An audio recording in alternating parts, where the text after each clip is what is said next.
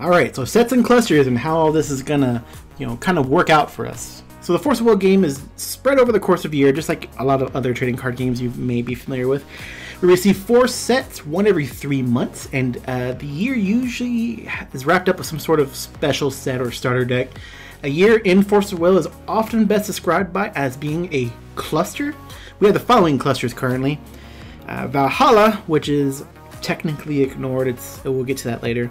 The Grimm cluster, Alice cluster, Lapis, Reiya, New Valhalla, which is the current cluster out at the recording of this video. Each of these clusters is a year that generally starts in September and ends in September, and is usually how Force of Will works with rotation. Force of Will starts the year with its first set of the cluster releasing in September, then every 3 months a new set comes out. Now, as the year comes to an end, the older set is rotated out and no longer legal to use. So here's an example. Let's say we have Grimm cluster and Alice cluster is out. And as the year comes to a close for Alice cluster and the next cluster, which is Lapis, is introduced, there is a set rotation date, which is right before the release of Lapis cluster, and would be when Grimm cluster would rotate out, making the legal format Alice and Lapis cluster going forward once Lapis cluster was safe to release. And the cycle repeats every year, dropping off the oldest set to allow for the newest set to come in. This format of play is what is called New Frontiers, now some people will abbreviate as NF, and is Force of Will's version of a standard format. Also the most played and supported format when attending any large events, the format will generally be New Frontiers. Now that we understand how a cluster works and rotates, here is each cluster's contents of product and release dates. Disclaimer, some foreign products do exist. The following is based on international release of products that every country has received. The Valhalla cluster was the very first cluster to release. It came initially out in Japan and released very sparsely in other countries. Valhalla saw limited world release, and some parts of the US were able to get product, but the game mostly saw foreign play and release, causing these cards to be higher in price and difficult to find to this day. The set included 5 starter decks. The first set, the Dawn of Valhalla, the second being the War of Valhalla, and the last being the Shaft of Valhalla. Now, this cluster itself included some mechanics that are no longer used, and things changed. Now, this is kind of another one of the reasons why this cluster was left behind and mostly entirely forgotten going forward. Going into Grimm cluster, we get the official release of the Force of Will game internationally. In the Grimm cluster, we saw the release of 4 sets as opposed to 3, the way you saw just in Valhalla. These were released at a pretty quick pace compared to how other clusters would end up being released, and is what the world was officially introduced to. Now, these sets listed, you'll see the dates right next to them, kind of giving you a reference of when they did release. First set being Crimson Moon Fairy Tale. This was actually a set that had black booster packs, and we never saw that again. We actually get red from this point on until we get to New Valhalla. Castle of Heaven and 2 Towers, Moon Priestess Returns, Millennia of Ages, and a special set to kind of wrap up the year called a Vingolf box. This is a set that's based on the intellectual property of another company, which was called Engage Knights. This was a phone game based in Japan. I'm not too familiar with it and actually don't see it much. The set was used to be able to help get new players into the game by re-releasing dual stones, which were hard to find and kind of pricey, as well as some very useful cards such as Thunder or even Rapid Decay. Going into the next cluster, the release schedule for the Alice cluster is as follows, and it introduced the starter decks again.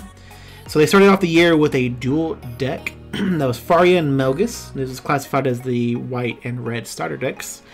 Then the very first set was the 7 Kings of the Land, the Twilight Wanderer, and when Twilight Wanderer released, they also released 5 more starter decks. These starter decks would be based on the rest of the remaining Kings of the Land, kind of giving you the option of having all 7 kings. We then go to Moonlit Savior, Battle for Ataraxia, and again, to wrap up the entire year, Vingolf 2, and this one being based on the Valkyria Chronicles series. Moving on to Lapis cluster, introduced a new formatting to the cards, which caused a stir in some players. It was strange. Some people did leave as a result. I thought it was a little bit silly.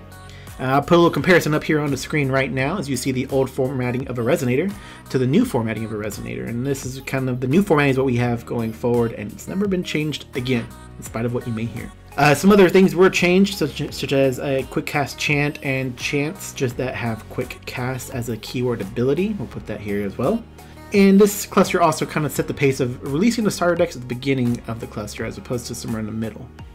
So, like I said, the start of the year released 5 starter decks immediately with Curse of the Frozen Casket, which was the first set, Legacy Lost, Return of the Dragon Emperor, and Echoes of the New World.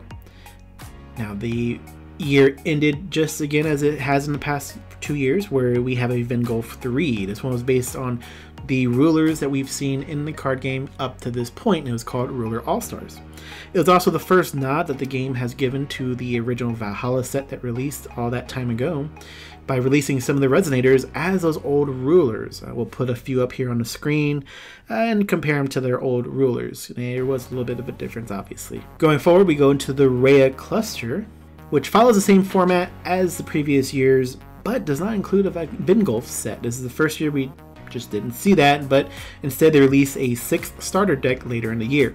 So to start the year off, we do have 5 starter decks, as well as the Ancient Knights set released together, Advent of the Demon King, Time Spinning Witch, the Lost Tome starter deck, and to end it off with Winds of the Ominous Moon.